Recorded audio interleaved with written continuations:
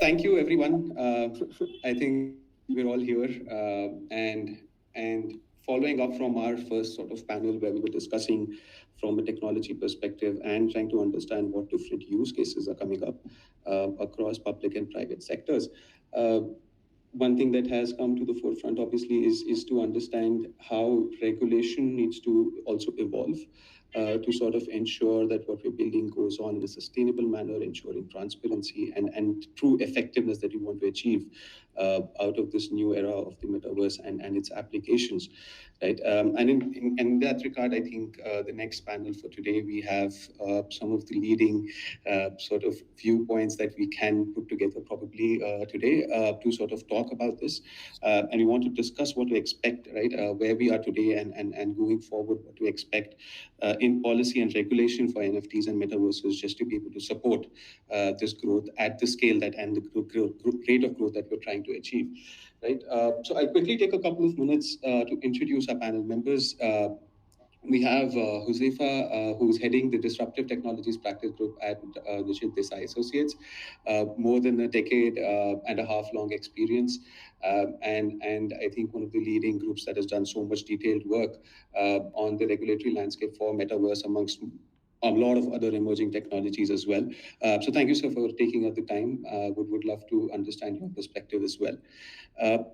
We also have Anirudh, who is the founder and managing partner of Ikigai Law, and they very recently were also representatives for the leading crypto exchanges before the Supreme Court when they wanted to challenge the RBI's crypto ban. So thank you, sir, for taking the time. I really appreciate you being here today. We have Shilpa, who is from Shardul, Amarchand, and leads the fintech vertical. Over 15 years of experience in corporate advisory. And again, would love to understand from your perspective, given the exposure you have to how these companies have seen evolution and adoption. Would love to understand your take on the regulatory landscape as well. Sorry, just checking. Am I audible, visible? Yes, Shilpa, you are definitely audible. Okay, perfect. Perfect. We also have with us Sanjay from Khaitan Co, who specializes in the PE and VC industry, tremendous experience, and has, I think, brilliant exposure to M&A in general. So thank you, Sanjay, for taking out the time as well. And would love to sort of hear all of your views and hopefully get more clarity on where we are today and what we can expect immediately going into the future. So I think I'll start with you, Huzefa. I think you guys recently also published a brilliant paper on the regulations around metaverses.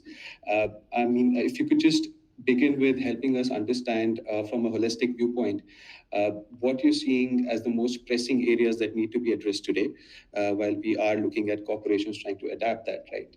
And then if you can also just briefly touch on how early we are from actually having the pillars of regulatory and having those pillars that can support a proper sort of onset and true adoption to sort of kick in. We could start with that. Absolutely. Am I audible? Yes, you are. Super. And at the outset, thanks the Kalari team for setting this up. This looks great, and thank you to all our co-panelists and our members. I think at a concept level, right, there are two broad parameters, and everything actually fits within that. One is, as you move to a new technology such as the metaverse, which is nothing but, in a lot of ways, a digital twin of the real. And with it getting more and more sophisticated, with getting more and more technology embodiment, the key would be that it is not only just used for entertainment or gaming or those sort of things. There will be various use cases which essentially will come to whereby you will also start feeling things. You will also start feeling touch.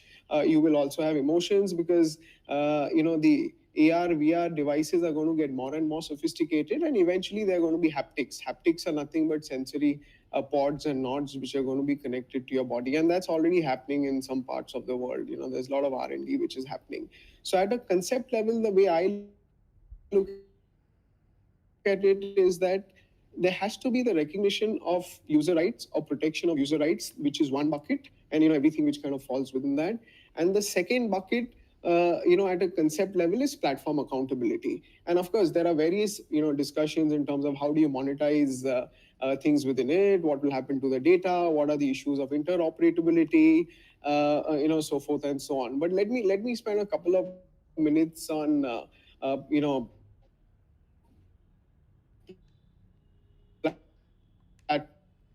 protection of user rights or user rights, because that's kind of unique.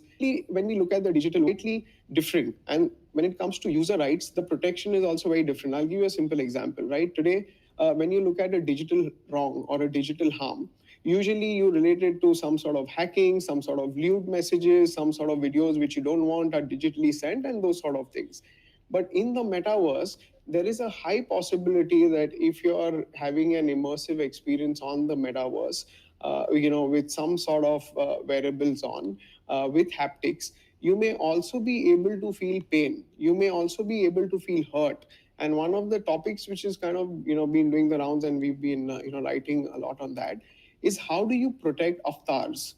In the sense that, if there is an assault of your virtual twin or your digital twin out there, how do you get protected? Yes, mental harm would be caused, and there are statutes, across the world and in India which kind of address that. But things where it comes to bodily injury, bodily assault, the offenses of rape. Now, historically, all these offenses are related to a natural person, which means men, women. It does not extrapolate, or it doesn't get extended, to the digital world, or a digital human, if I may say so. So this is one issue which is happening, and there have been two leading, recent precedents which have been there. And I'll take a pause and let others chime in too. When Facebook or Metaverse or Meta, when it launched Horizon Worlds, one of the issues which kind of they faced was, a lady actually went and filed a case against Meta for sexual assault. And of course, everybody may have read about it, or somebody may not have read about it, and things unfolded like she was kind of groped in the Horizon world. Simultaneously, a few weeks back, a Korean man was actually sentenced for 4 years of imprisonment, for committing sexual acts in the metaverse. Now, these sort of things, there has to be a regulatory framework which supports or protects user rights in such a manner, which is currently lacking from an Indian legal perspective. So one key takeaway, Pranav, is that user rights, specifically when it comes to these sort of harms, will need to be woven, or will need to be baked, in the existing legal framework. And we can, of course, as we move along with other co-panelists, we can, discuss more and the other fronts and the other touch points. So I'll take a pause, and back to you. Got it. No, thank you for that. I think a lot of critical touch points over there, right? Especially a lot of the way you covered platform accountability, and definitely we'll discuss that in more detail, right? Anirudh would like to sort of get your take in here as well. And while would just like to put it out, right, while I have specific questions for each of you, I think a lot of touch points coming in, so please feel free to also chime in between. But Anirudh would like to understand from you, right? I mean, you've been active in this space. So just your take on the Indian regulatory ecosystem as well, right? How you're seeing it evolve, what are the issues with regards to NFT commerce? And more specifically, you can also touch upon the IPR management for companies, right? That would be a good starting point, and then we can take that. Sure, Pranav, thanks. And really helpful, the kind of conceptual framework that Huzefa has put across. I think, there are two different issues that I would like to talk about here. One, I mean, just on the metaverse, issues pertaining to metaverse, I think a lot of the questions that are being asked today, whether it is, issues of data privacy and protection, given just how much data and sensitive data that, you will have devices collecting on your body, and whether it's IP or offenses in the digital space, and especially when offenses in the digital space that can be committed with a global reach, for example. I think these are not new questions, vis-a-vis. These are questions that we have been asking in the kind of context of the internet now for a while. But I do believe, and I agree with Huzefa, that the urgency with which these questions now need to be looked at, that gets amplified, right? Especially say again, I mean, talking about data when your haptics or gait analysis, literally how somebody can be identified by the way they walk, their height, their advanced facial recognition, etc., being put at play. So all of these things, of course, the extent of data collection and the processing, and then the harms that can result from that, of course, these issues get amplified. So I just wanted to clarify that, well, these are not necessarily newer questions. These questions have existed, but we will have, and by the way, a lot of the legal frameworks have also been evolving, right? But they will need to be looked at, or the way we apply them to these emerging technologies, emerging applications will evolve. When it comes to NFTs, on the other hand, I think it's a slightly tricky issue where, of course, a lot of the legal analysis, so I was just switching over to talk about NFTs, where I think much of the legal analysis, at least in the Indian context, you cannot distinguish it from the way our regulators look at cryptocurrencies, or have been looking at cryptocurrencies. I think we've, and that, unfortunately, there's clearly a very negative sentiment, regulatory sentiment generally around cryptos, which has also then which is spilling over into the NFT space as well.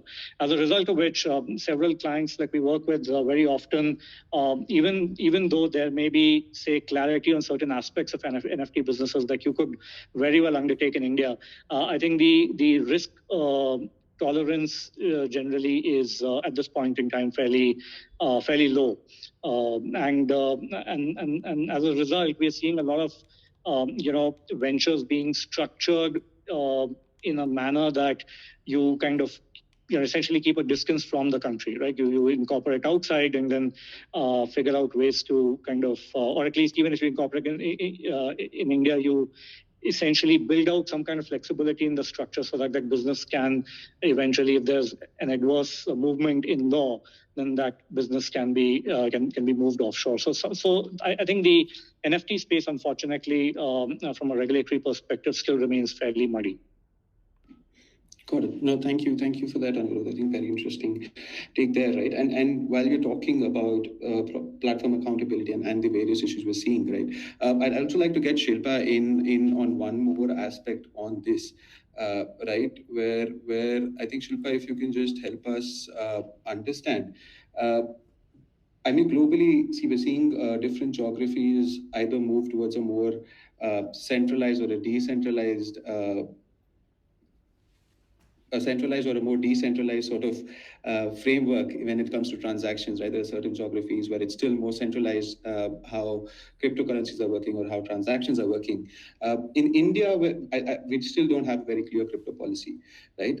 So given your experience with the fintech sector, with this vertical, are you seeing metaverses using CBDCs as the primary medium for transactions? How are you seeing the Indian landscape evolve here from that perspective?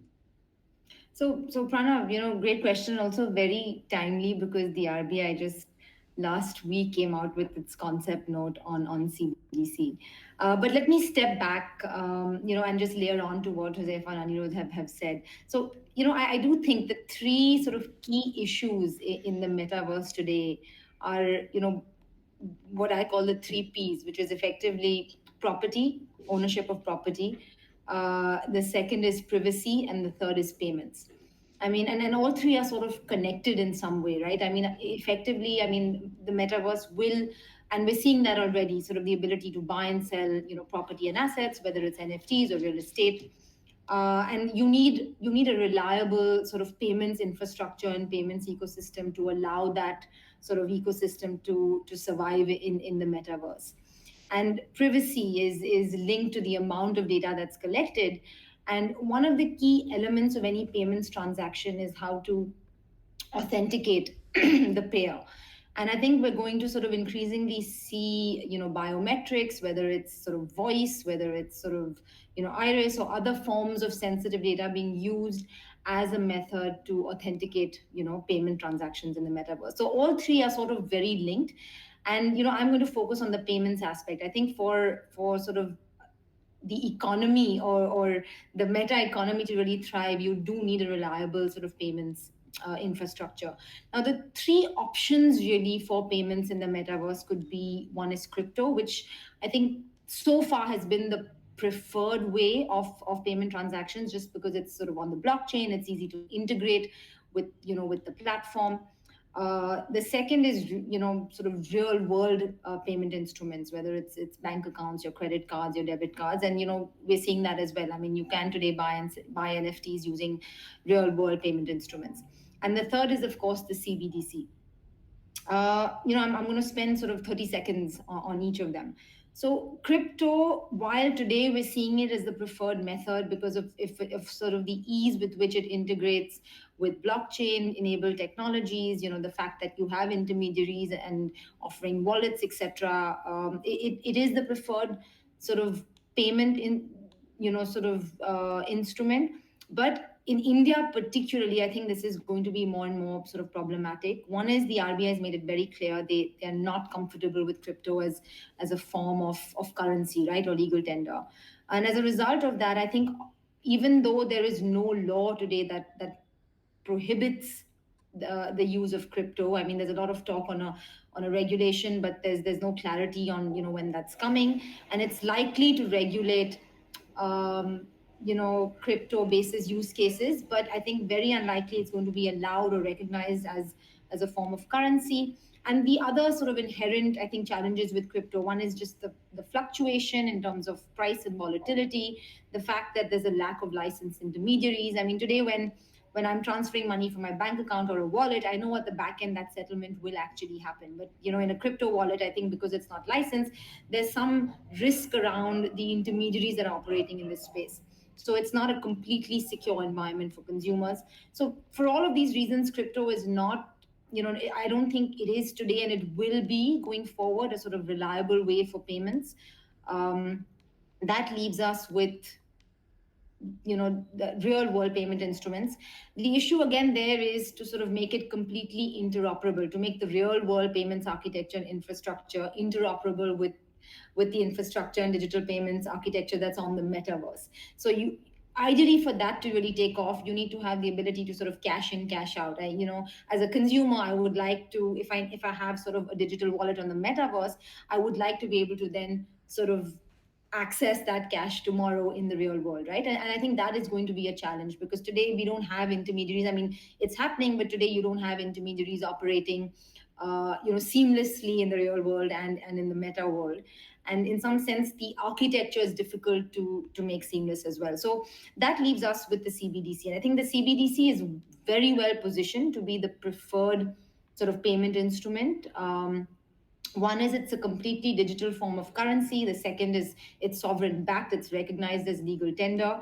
And I think it is going to evolve. I think one big announcement that the RBI has made is that they are going to make the CBDC available for retail payments as well, which means consumers like you and me can use CBDC or the digital rupee or the e-rupee to make payments. It's not going to be restricted to wholesale payments into, say, banks and financial institutions, which is what some countries have done.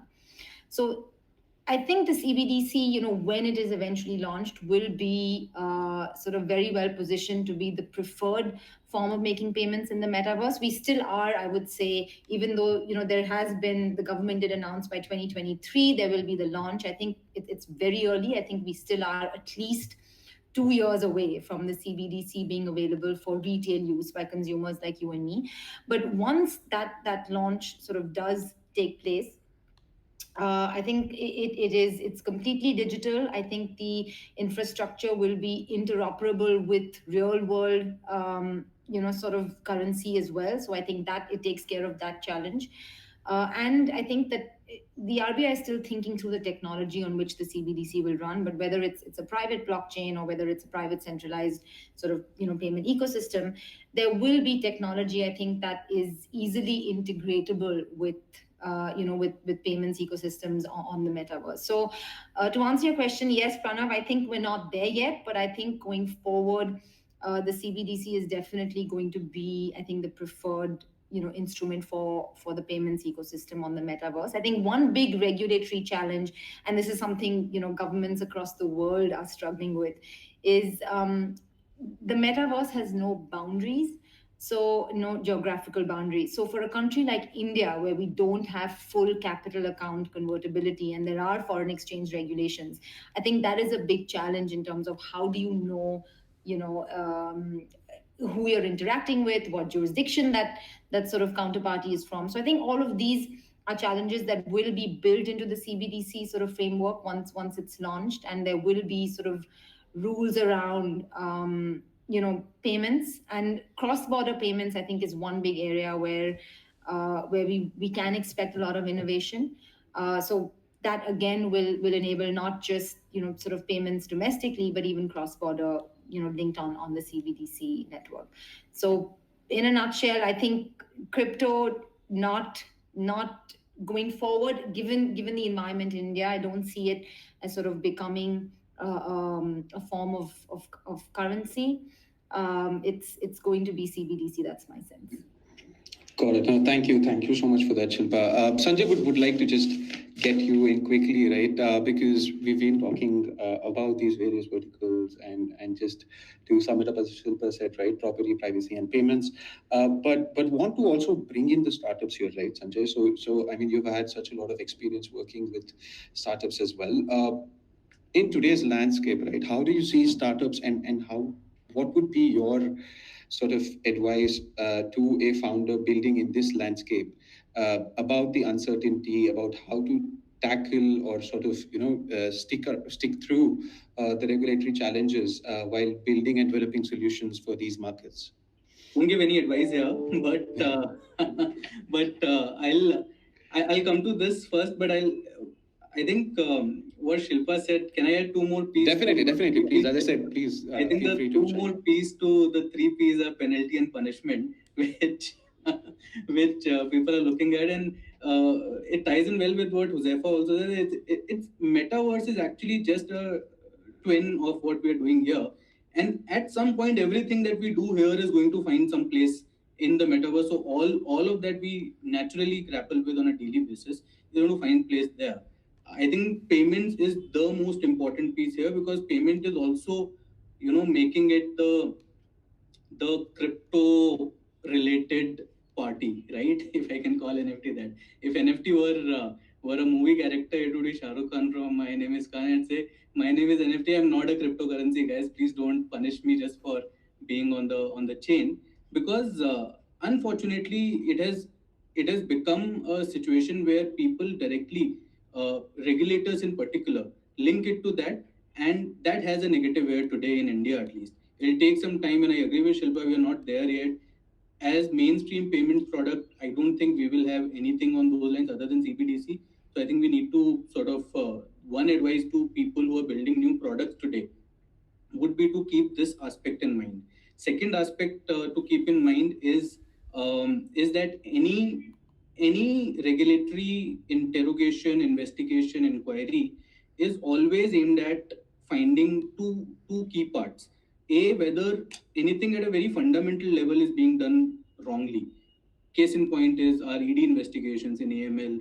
AML, KYC are two key points where, where the flight of capital is happening. India is the rupee is not fully convertible here, and that's another layer of issues that we have on top of what the world is facing. So in India, we have a specific situation that we can't allow capital to go out and come back in, etc., because rupee is not fully convertible. So whereas, jurisdictions in Singapore, Dubai, UK, USA, they will have a very different outlook on regulating any payments product, including, say, making cryptocurrencies allowing them to be used as payment product.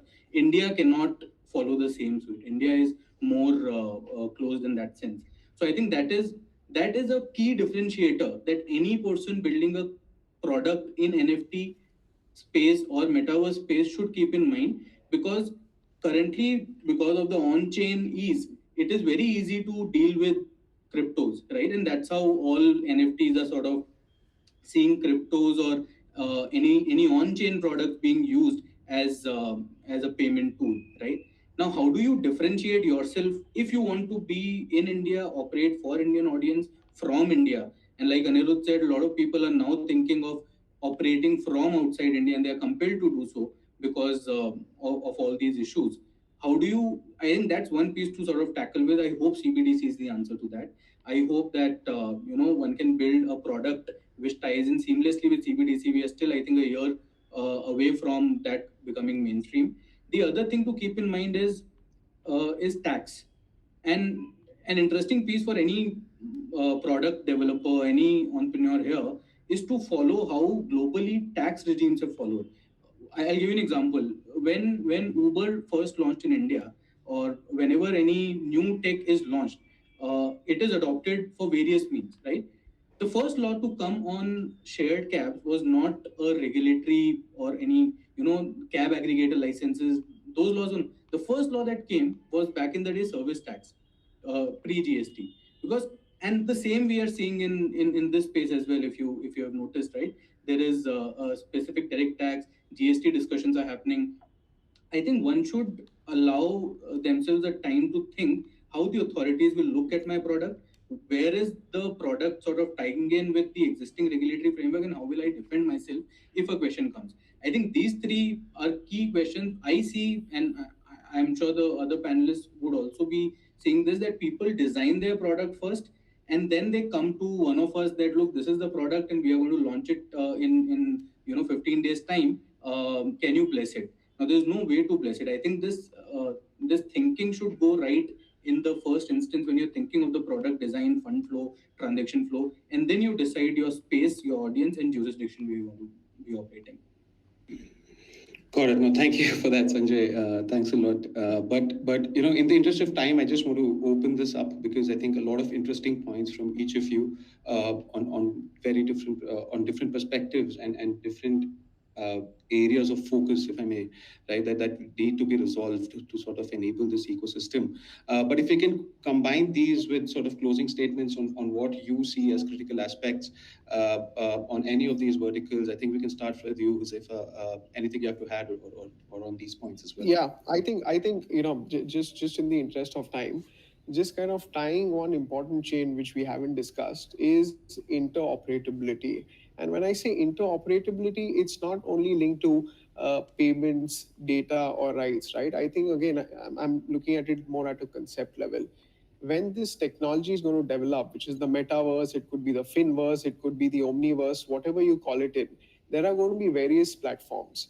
So if I'm a user or a bunch of users on platform A, which is say the metaverse, wants to move to a platform B, which is the omniverse, and then transcend to platform C, which is the finverse, there will be fundamental issues which will come in. So just to give you a simple example, all the data which is generated in platform A by me, if I'm the user, how do I port it, right? Which is where the data protection laws would come in. Say if I want to correct it, or I want some sort of joint sharing of data, that's where platform accountability vis-a-vis platform user rights will come in. So short point being that interoperability is going to be a very important aspect, because the metaverse is one, it transcends, it is geography agnostic, it is jurisdiction agnostic, and more importantly, it is people agnostic. So you really don't know where you're going to be, in this digital space. So I think this interoperability point, to sum it up, kind of touches various verticals, and it is interesting to see how things will kind of move on out there. I'll take it to Anirudh in that sequence. Anirudh, over to you.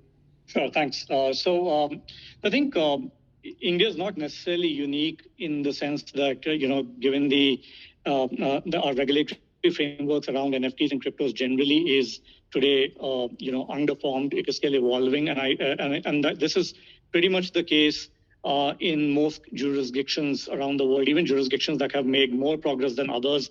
I doubt there's a jurisdiction there's a perfect jurisdiction out there with a comprehensive framework, and that is true for all the issues that we discussed today, including payments, including even where there is legislative clarity, banks and financial institutions are still apprehensive, etc. So I think that per se is not changing anytime soon in India. But what I would say is that regulatory signal, whether positive or negative, and the strength of that signal is very critical. And that in India right now is not very positive. And I think that really comes in the way of product developers and then lawyers, of course, innovating, right? So while that ambiguity I can't wish away, I think that is bound to be there. India will necessarily move in line with, there will be a global consensus eventually, and India will probably form part of that. But at least the regulatory signaling could be better, and that will give product developers more comfort in innovating. So that's what we hope to see. Shilpa? Yeah, I'll jump in now. So I think, Pranav, I'm going to just sort of end by talking about one of the first sort of themes you mentioned is centralized versus decentralized, right? And I think when you're talking about payments in the metaverse, I think the real question is, even though the blockchain is effectively sort of decentralized, and there's a lot of discussion around decentralized finance and using smart contracts to distribute payments, financial services, etc. I think the real challenge for India is, until we have a framework for crypto, it's going to be, I don't see a decentralized sort of payments or financial network really evolving in the metaverse when it's sort of linked to Indian users. So, and that's why I think when you're talking about CBDC, it's effectively going to be a very centralized sort of, RBI driven payments and financial ecosystem. And I think the reason is because, you can, I mean, when someone is sort of, the theme has always been, invest in crypto, invest in NFTs if you don't mind losing, the amount you've put in. I think when people talk about their money, they want to make sure that it's a trusted intermediary or a trusted partner. So the way I see this evolving is, unless I think India comes up with a framework for crypto, which then would allow for a decentralized sort of financial ecosystem to evolve, until that happens and you have licensed intermediaries that are regulated, that consumers like you and me can trust with our, sort of currency equivalent of crypto, I think the financial services ecosystem will really be linked to licensed intermediaries. We'll see banks and institutions actually having, sort of spaces in the metaverse. You can walk in and sort of use your card on a virtual ATM and load your digital account on the metaverse. So I think we're going to see a very centralized payments ecosystem evolve in India. That's what it's looking like today. Yeah, I think for the time being, that's what it will be. I think there's 2 points I want to make very quickly to end this. One is that I think a bigger question in everybody's mind, a new entrepreneur who's developing a new business, is whether to be in India or to be outside. And I think the perception today is that being outside is generally better. I think that may not be correct depending on the business that you have, because a lot of people just believe that I'll just go to Dubai, Abu Dhabi, wherever else, set up a business and target Indian audience, and then we'll do it. I think it is not so simple, because there are pros and cons of operating from outside India into, there is that equalization levy as direct tax, there is indirect tax implication on GST, there is a implication on moving or getting payments from India to outside, etc. And if you operate in India, then of course there are issues in metaverse or anything where you collect payments from people to buy any tokens on your in your metaverse or gaming space or content space, and then you're using those tokens to reward the content creator, etc. Are you operating a payment system of your own, etc.? Are you able to raise FDI as a result of all of this? Many questions come on both sides. So I think the decision to operate from outside India, targeting Indian audience, is not a very simple one, is one point I want to leave. And the other one is that I think everybody will take baby steps towards coming out with a product that probably works in the space, and maybe regulations hopefully will also catch up. At least the way I look at it, I see that regulations on NFT, or the regulators are going to be more sympathetic towards NFTs or virtual assets which are not in the form of cryptocurrencies. That segment of virtual digital assets, I think they are going to be regulated or maybe permitted sooner than the others. So that's one sort of feedback that at least I would like to give to audience, if people are thinking on any product designs around that. Thank you so much, everyone, for taking the time. Really appreciated it. I think we've sort of got a more realistic sort of take on how we can see the ecosystem evolving.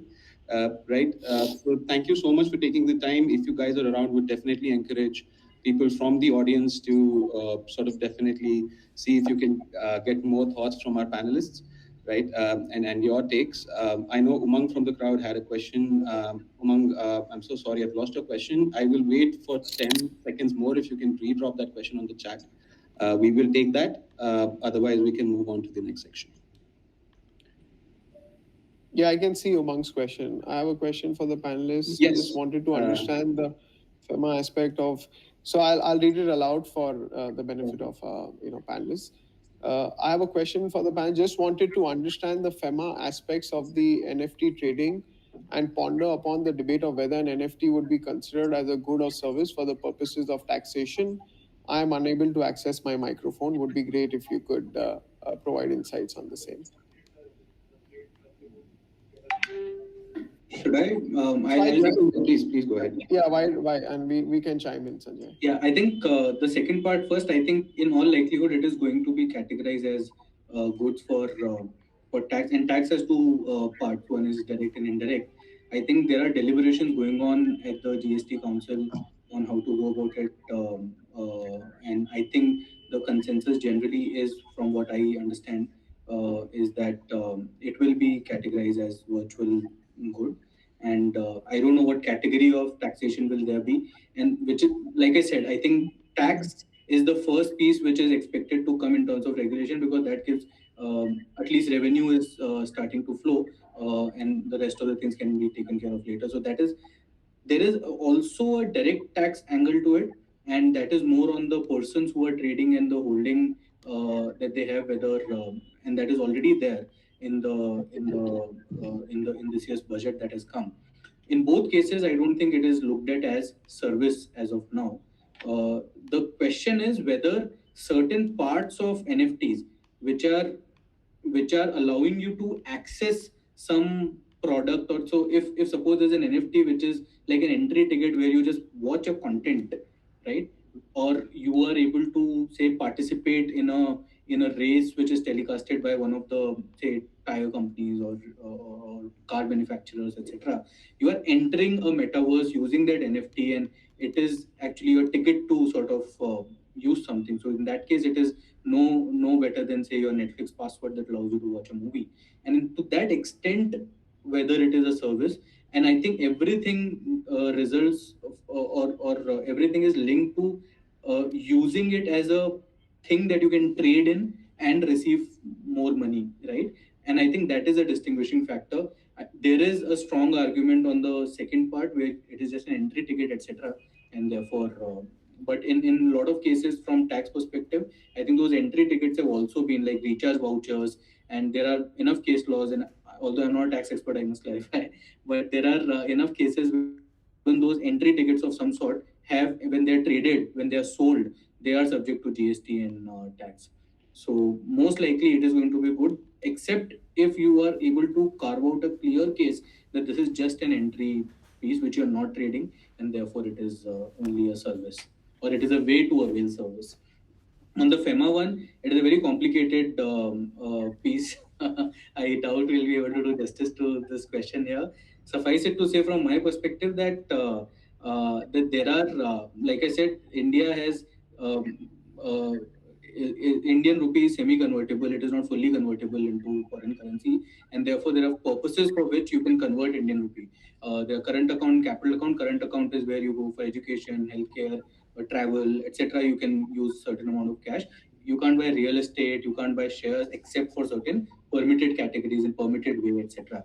And right now, this does not fall in any of the permitted categories, and therefore, if you're holding an NFT, are you holding it as a current asset or capital asset will determine which bucket it falls in. In the absence of any clarification, it is, one applies the conservative view, and which is capital account. And capital account is not permitted unless specifically, you can't do it unless specifically permitted. And that's really the dilemma with not only NFT trading cross border, but also any form of blockchain based product trading cross border. It's a very complicated piece because the nature of NFT, the nature of the token that you're trading in, and what it represents will determine it. But by and large, there is a FEMA problem there. Just to add 10 seconds, I think please go ahead. sorry, is operationally today, I think it is difficult to send money offshore for NFTs. I mean, that's what we're seeing on the ground. Yeah, and just to kind of put this in perspective from two different funds, I think that the key will be examining the nature of an NFT, right? Is it a right based on an underlying asset? Correct. So if there is some IP which is already existing and you're creating an NFT, which is nothing but like a digital right, or are you through computer programs creating a new asset class, a sort of a VDA, which is the NFT itself? I think in situations where there is already an IP which is existing, there was a very recent I'm so sorry to stop you there. Just got this. You'll have to move towards the microphone. Is that better? No. The microphone on the platform. So your seat. So while the crowd can hear us through our speakers, it'll be better. Okay. Sorry. Yeah. Is that better? Perfect. Yes. Yeah. Can I be heard now? Yeah. You can be heard in the crowd. So sorry to take time. Just the short point is that it would depend upon the nature of the NFT. So just quick differentiators there. If the NFT is a digital right of an existing work, so say there's an intellectual property, there's a painting, there's the recent MF Hussain case which had happened, right? If there is a painting and you make a digital right of that, or you make an NFT of that. And the second case is where the IP itself is the NFT, which is nothing but a computer program, which is a computer code, which is kind of digitally created, and it becomes like a right itself. I think from a FEMA and exchange control perspective, from a tax perspective, I think we need to look at it from a different lens, because if it is a right based on an underlying work itself, if the work can actually be sold and bought, then similarly the right should be given similar sort of protection, as opposed to it being equivalent to like a crypto and those sort of things, or the typical VDAs. Because even under the Income Tax Act, Sanjay, which is going to go live later this month, NFTs have been classified as a different categories amongst the VDAs. So I would not look at it at a broad brush level. I would actually dissect it depending upon what is the NFT and what are the rights emanating from the NFT. Got it. No, thank you for that, everyone, and thank you so much for taking the time. I think very critical, especially for this sector, to get understanding of the ground reality of how the regulatory landscape is also evolving. Really appreciate all of you taking the time. And for everyone in the crowd, if you have further questions, as Sanjay said, not a lot of free advice, but definitely if they're around, please feel free to reach out to them. But thank you so much for taking time once again, all four of you. Thanks a lot, Sanjay, Huzefa, Anirudh, and Shilpa. Really appreciate you being here with us and with Kalari at this platform. Thanks a lot.